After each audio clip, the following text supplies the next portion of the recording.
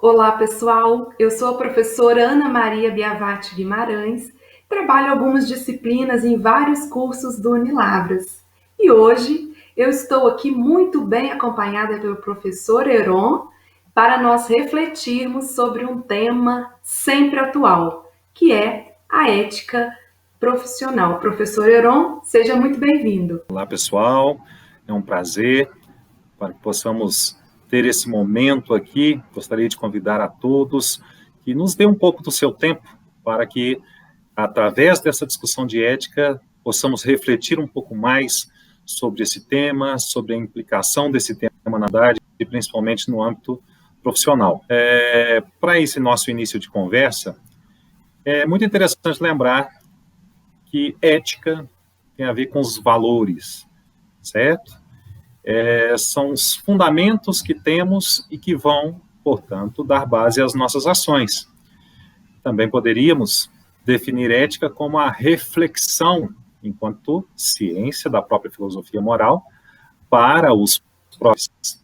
Mas gosto muito também de uma definição clássica, que é o ethos, né? Quando se refere à casa interior, aquilo que nós temos de mais próprio nosso e que nos mostra o que nós somos, quais são, de fato, os nossos fundamentos e valores.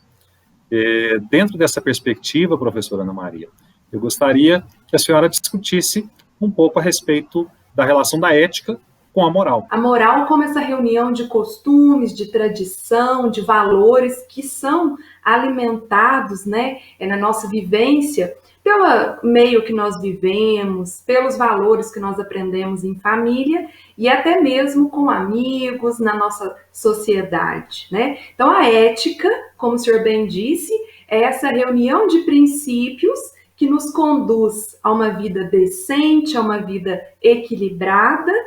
Porém, né, de certo modo, há uma tensão, porque, ora, diante de uma coletividade, é preciso que esses princípios valham, que eles nos deem um norte de como ter um bom agir.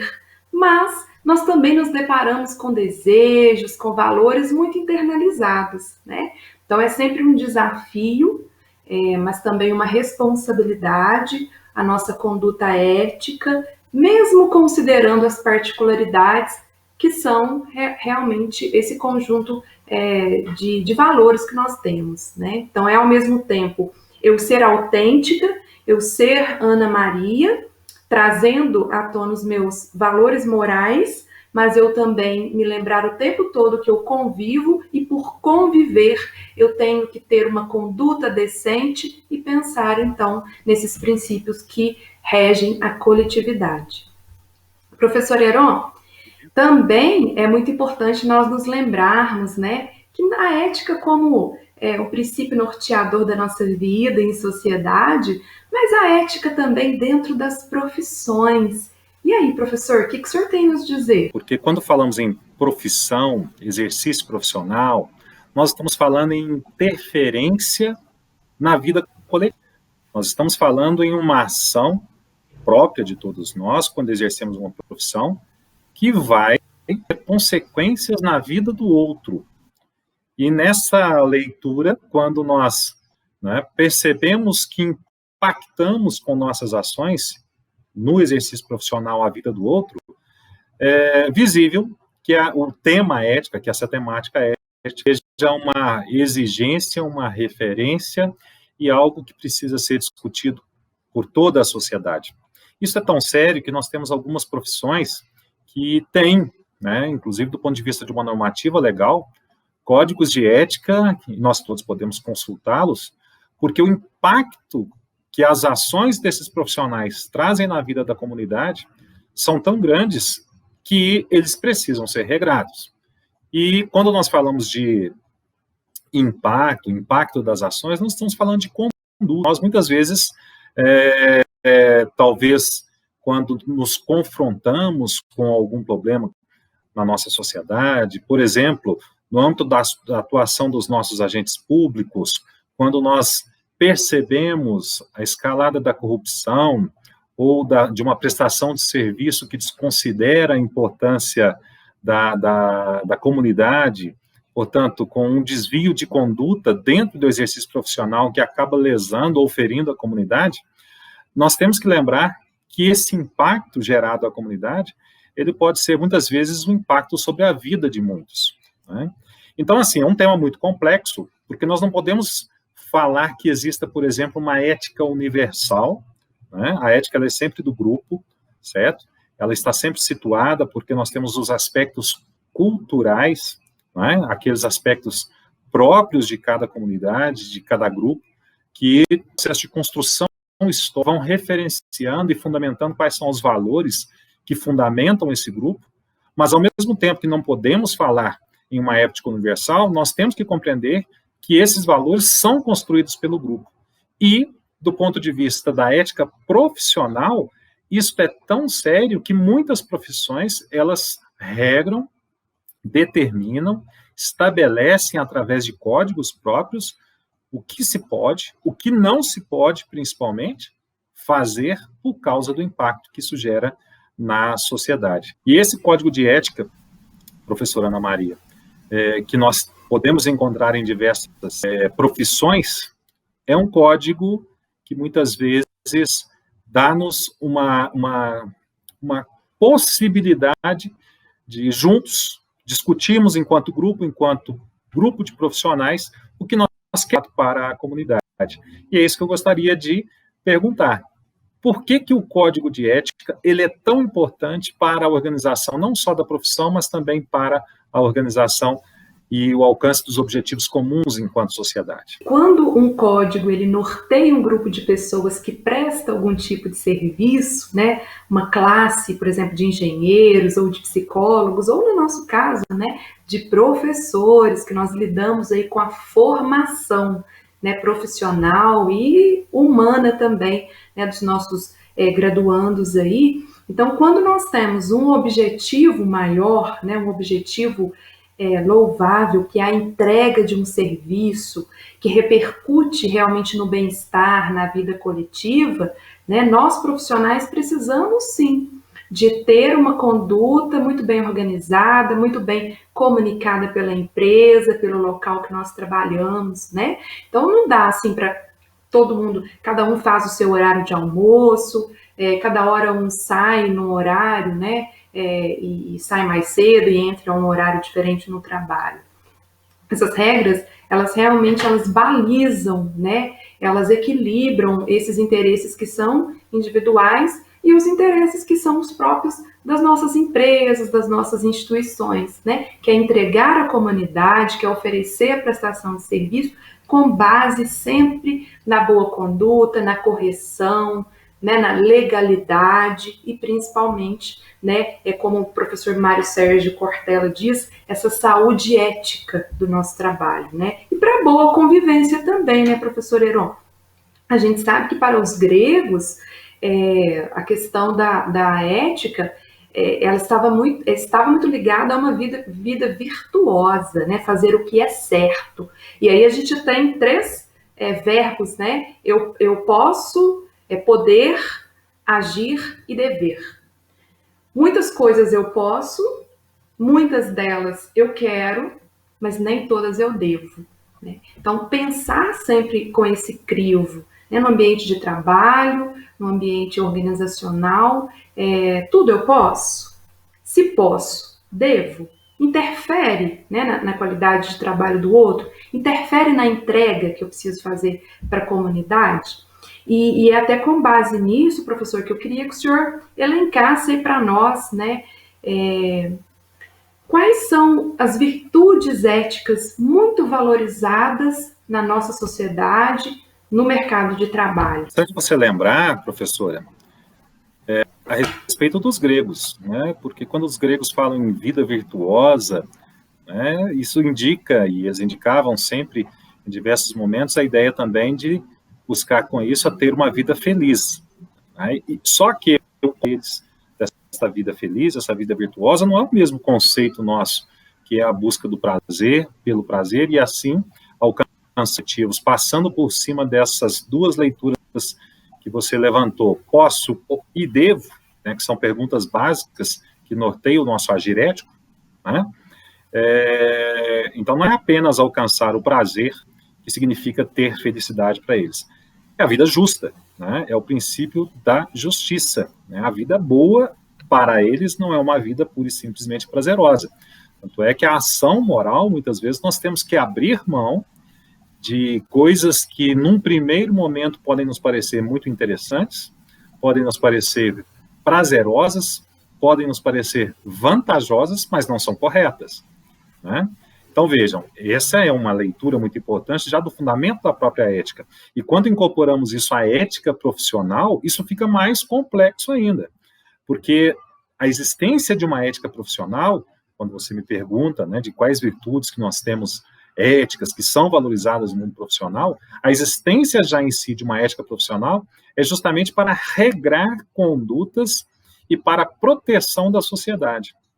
Então, por mais que a gente muitas vezes tenha uma visão equivocada, há um código de ética, o código de ética médico, do engenheiro, do professor, do advogado, são códigos corporativistas para a defesa da classe, não são.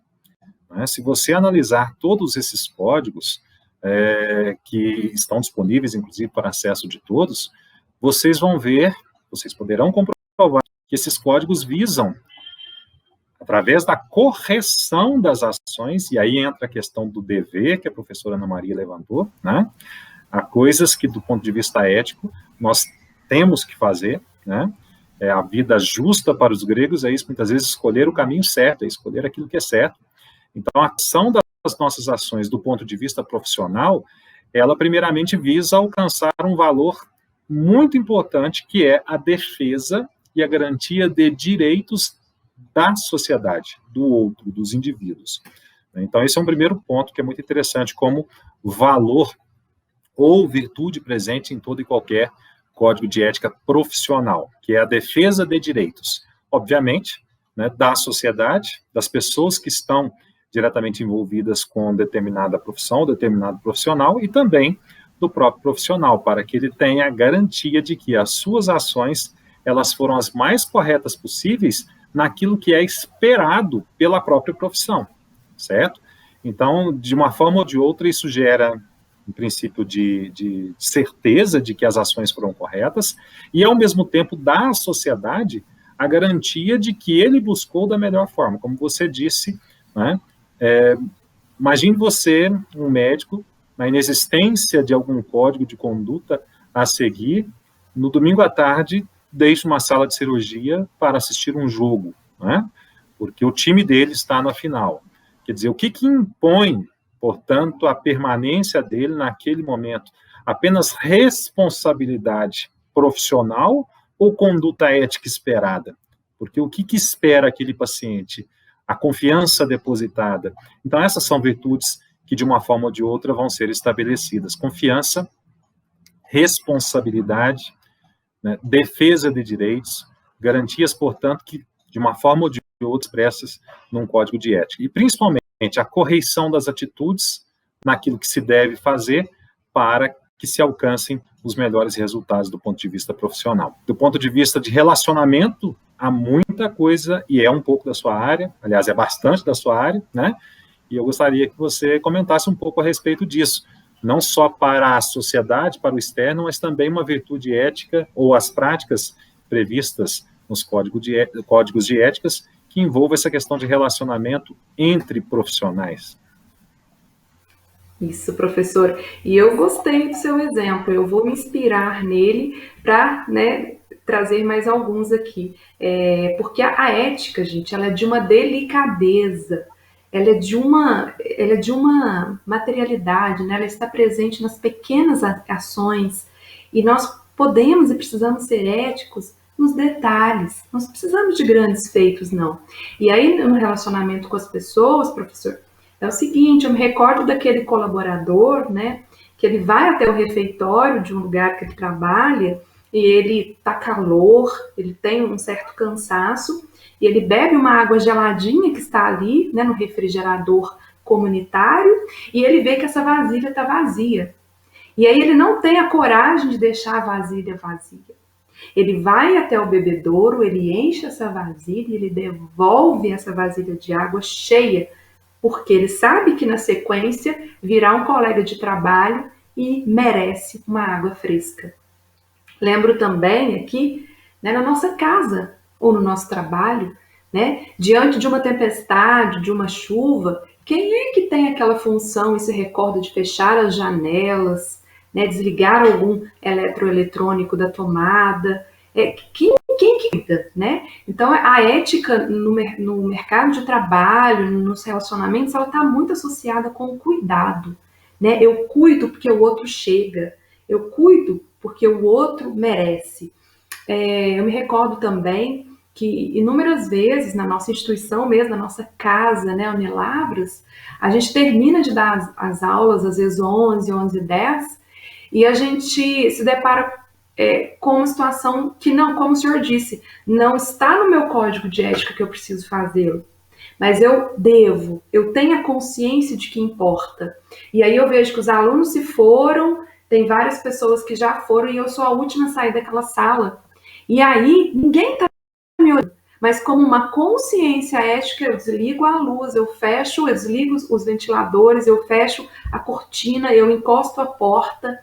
E aí, o princípio ético está naquilo que você pode contar como você fez, né? Tem um sentimento ali de orgulho, de tranquilidade, né? Então, se você pode contar como você fez, como você agiu, você pode fazer.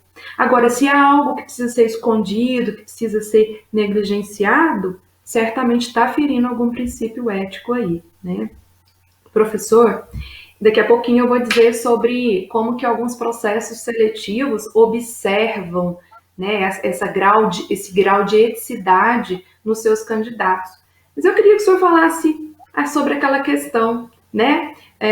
Os fins justificam os meios? Qual a finalidade, então, de nós agirmos eticamente? Fique à vontade. Concluindo esse tópico que nós estamos discutindo, eu acho que esse é um tema que ajuda muito a compreender a questão dos valores ou virtudes que devem ser e que precisam ser valorizadas no âmbito profissional, bem, uma perspectiva de conduta. Muito bem descrito a leitura de que a ética ela é comportamento, porque se traduz, né, nas nossas práticas cotidianas. E, né, infelizmente, no nosso mundo, isso impacta de maneira muito forte o mundo corporativo, os ambientes profissionais, muitas vezes o exercício profissional. E, infelizmente, no Brasil, nós temos uma carga também muito negativa e muito forte, né, de tentativa de levar vantagem em tudo, né, de querer retirar, né, nas nossas ações, práticas, aquilo talvez que não seja meu, e por meios que não sejam corretos. Né? Então, isso ocorre de diversas maneiras. Isso não é só a grande corrupção dos desvios de bilhões que nós vemos aí todos os dias no noticiário. Muitas vezes nós usamos meios que são totalmente inadequados, esperando com isso adquirir vantagens. Daí, né, essa frase colocada na literatura para Maquiavel, de que os fins justificam os meios, em se tratando de ética, não é válida. Né? Em ética, se você quiser um fim justo, correto, o meio tem que ser justo. É interessante, aqueles que são do direito entendem isso porque as investigações, as ações da forma como são julgadas, as provas das formas como são colhidas, elas pesam e interferem no final na decisão do julgador, porque se aquela prova foi colhida, por exemplo, de maneira ilícita, ela não tem validade. Por quê? Por mais que ela seja a expressão mais clara da verdade, mas se o meio que adquiriu aquela prova não é correto, é ilícito, então, portanto, o fim não pode ser válido. E é uma questão muito simples, muito objetiva, porque muitas vezes nós pensamos e vemos as ações da comunidade, vemos essas ações na sociedade, que posso usar de qualquer meio, de qualquer estratégia para alcançar os meus objetivos. E isso é muito importante, né, destacar, porque do ponto de vista profissional, né, hoje, principalmente, no século XXI, né, com perspectivas que estão sendo incluídas nas empresas de responsabilidade social, né, de responsabilidade corporativa. As empresas estão ficando muito atentas para esse tipo de comportamento, porque de uma forma ou de outra, com as mídias, com as redes sociais, com a possibilidade da própria investigação por parte do Estado, Ministério Público ou não, um comportamento desse, utilizando meios indesejados por parte de funcionários, do ponto de vista profissional, traz um dano significativo para a empresa. E aí eu gostaria, professora, que você comentasse justamente que é uma área que eu acho que tem tudo a ver com o que nós estamos discutindo, que como os valores éticos são verificados, então, né, dentro dos processos seletivos que são feitos hoje pelas empresas, também pelo setor público, que preza pela transparência, né, pela eticidade. Como que isso, então, de fato, se estabelece no cotidiano das seleções? Perfeito, professor. Eu vou citar um exemplo aqui de um processo seletivo de uma prefeitura aqui da região, né, que colocou em seu edital um item muito interessante. Então, haveria uma certa pontuação para aqueles candidatos, né, que estavam pleiteando uma vaga de trabalho e que demonstrassem um engajamento social em forma de quê? Que ele comprovasse, né, que independente daquele processo seletivo, ele tinha, né, algum tipo de vínculo, de trabalho social realizado naquela comunidade. Então, quer dizer, é um valor de se preocupar com o outro, independente, né, de remuneração. Então, assim, a questão de titulação também, né, o esforço, o estudo, isso também é muito visto em concursos, em processos seletivos. E principalmente, né, e aí tanto um processo seletivo na esfera pública quanto na particular, o discurso, né? Quando eu entrevisto a pessoa, quando eu converso com ela olha nos meus olhos, é coerente o discurso, né? Eu tenho possibilidades, e isso ainda procede, né? Eu tenho possibilidades de pedir referências de postura dela em trabalhos anteriores, né? Hoje, cada vez mais as empresas vão também observar o currículo acadêmico. Durante a graduação, né, durante aquela formação, o curso técnico que seja, a pessoa fez simplesmente as disciplinas ou ela se envolveu em um projeto de extensão, desenvolveu uma pesquisa? O que ela fez além? Né? Qual foi o comprometimento dela com aquela instituição? E também tem um tipo de entrevista, professor Heron, que a gente chama de entrevista baseada em competências, né? Ao invés de nós perguntarmos assim para os candidatos, olha, o que você faria se precisasse tomar uma decisão lá na frente? Não, a gente não pede que eles projetem, a gente pede que eles recuperem na memória. Então a gente pergunta, o que você fez quando você se viu diante de tal situação? Né? Então a gente faz com que ele se recorde e traga em suas respostas qual foi o seu posicionamento. Qual que é o grau de eticidade que aquela pessoa teve, né? Qual tipo de valor comportamental, de atitude que aquela pessoa teve diante de um conflito aí. E provavelmente isso vai refletir, né, na atuação profissional dela. E aí a gente vê se tem uma ponderação e se tem um compromisso com a justiça, com a lealdade, com a honestidade, com a colaboração e principalmente, né, uma responsabilidade e a consciência de que só há um modo de fazer. O modo de fazer é o certo. É isso que deve nos inspirar. Eu acredito que é sempre bom lembrar no alcance que as redes sociais têm, você, enquanto profissional, por mais que no uso da sua rede social particular, é preciso tomar muito cuidado, né? Porque o que falamos repercute de uma maneira extraordinária. Nós precisamos nos portar e nos estabelecer, ou nos perceber de uma sociedade que está aí debatendo diversos temas complexos, difíceis, que são muitas vezes traumáticos e problemáticos e que necessitam de solução, e às vezes a nossa fala, ela pode ser, por exemplo, do ponto de vista da ética profissional, interpretada pela empresa como algo negativo, porque de uma forma ou de outra eu represento aquela empresa. Então esse limite entre público e privado com as redes sociais na era da informação como nós temos hoje, faz com que qualquer profissional em qualquer área pense muito né? E, obviamente, né, incorpore, de fato, os melhores sentimentos, as melhores críticas a respeito do problema do racismo, do preconceito. É isso que nós precisamos, de fato, melhorar como crença.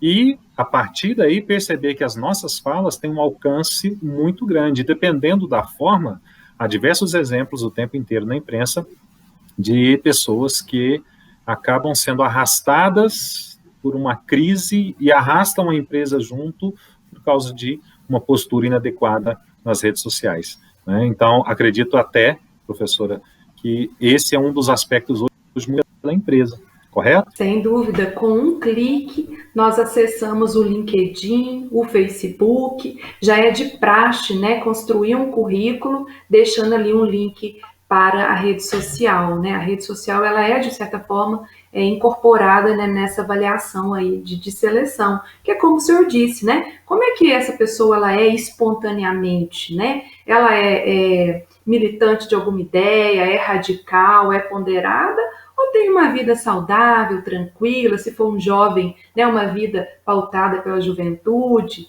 né, se for um senhor, uma vida tranquila, que a rede social, né, demonstre isso, uma coerência, uma congruência entre o que é dito, o que é vivido e o que a pessoa quer levar ali para aquela empresa, para aquele trabalho. Vamos a um tema agora também ligado à ética, professora, que eu acho que é muito importante por causa de um grupo de profissionais, que são os profissionais da área de saúde, né, que é a questão da bioética nas profissões ligadas à área de saúde. Nós estamos vivendo em um momento muito complexo, que é o momento de uma pandemia, e que tem exigido e muito das comissões de pesquisa dos hospitais, das universidades, do próprio governo, através do Ministério da Saúde. Estamos vendo aí o reflexo disso, dessa questão bioética, na questão das vacinas, das pesquisas das vacinas, das possibilidades de uso, das crises que vez ou outra surgem com o problema de teste de vacina, e isso tudo tem a ver com essa temática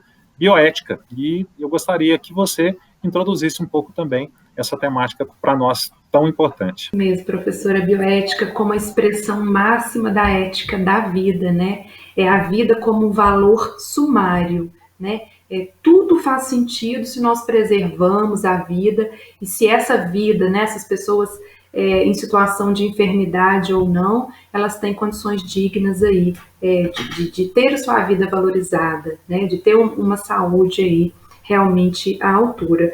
E o que nós vemos, professor, é que nessa situação de pandemia, né, os profissionais, eles fazem muito além, os profissionais que estão à linha de frente ali, eles têm feito além do que o Código de Ética prescreve, né, eles se colocam, né, eles colocam a sua própria saúde, de uma certa forma ali, à frente, né, porque eles querem cuidar do maior número de pessoas, do maior número de leitos, e é o que todos dizem, o valor maior do nosso trabalho é preservar e cuidar da vida. E se ela tiver uma enfermidade, essa pessoa merece dignidade de tratamento até o último momento, né? Então, a bioética é isso que pauta também toda a profissão ligada de um modo mais específico à saúde. Tudo em prol da vida, né? Da saúde, de preservar a dignidade aí num leito de hospital, ou de um cuidado paliativo, ou uma saúde de gestante, ou a saúde de um idoso, né? Então, nós estamos sempre atentos também a esse valor da vida que sobrepõe-se a todos os outros. Professor Heron, vamos encerrar então? Certamente teríamos aí, né, motivação para conversar de um modo infinito, né? Mas, então, o que o senhor diz, professor, para esses jovens aí, né, e para todas as pessoas, na verdade, que estão, né, dedicando um tempo a nos ouvir? A ética vale a pena, professor? É um caminho, talvez, que nem todos escolhem, mas o propósito da ética. E eu acredito que, como conclusão, seria importante lembrar um aspecto muito objetivo, porque às vezes a gente fala em ética, parece tão distante, mas tem algo que é muito objetivo da ética. Um comportamento ético, as nossas ações, elas refletem o que nós acreditamos, pensamos e somos. e não vivemos sós, né? Ninguém é uma ilha. Nós temos hoje responsabilidades ambientais de um ecossistema, né, de um planeta que nos cobra comportamentos éticos. Só um dado para vocês pensarem, né? 10 mil anos das primeiras civilizações, 300 anos da Revolução Industrial, 250, e com 10 mil anos de primeiras civilizações, quando eu falo civilizações, eu falo da montagem das primeiras cidades, 60 mil anos do Homo sapiens, e em talvez 50 anos de vista das nossas ações no planeta, nós temos dúvidas se vamos ter água para beber no futuro próximo, porque as nossas ações refletiram no planeta, e isso tem a ver com mores, com comportamento, com costume, com práticas. Da mesma forma, pensando o planeta, as nossas ações têm impacto na vida do outro. A professora Ana Maria deu exemplos simples do cotidiano, né? Então, ética não é só fazer aquilo que as pessoas estão vendo para que eu demonstre estar agindo certo.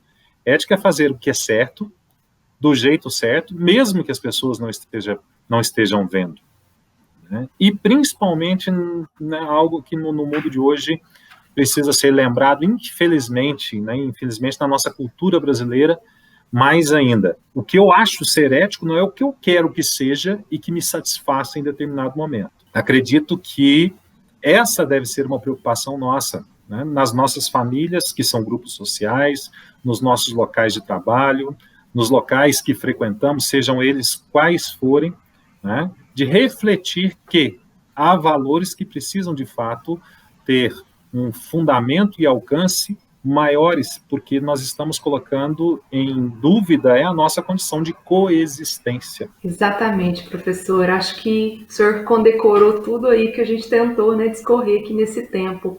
A ética é a arte do bem viver, é a arte do conviver, viver junto com o outro. E isso requer muito de nós, mas também recebemos muitas virtudes, recebemos muitas respostas positivas, né? O mundo reconhece, o mundo do trabalho reconhece, as pessoas reconhecem quando nós damos valor, né, a esse agir responsável. Somos livres, podemos fazer praticamente tudo, mas nós devemos? Interfere na qualidade de vida do outro? Interfere no meu compromisso profissional? Acho que aí é que estão, né, algumas das nossas reflexões. Professora, eu queria agradecer muito porque o senhor contribuiu imensamente, né? Não só para quem está nos assistindo, mas para mim também, que admiro muito como profissional.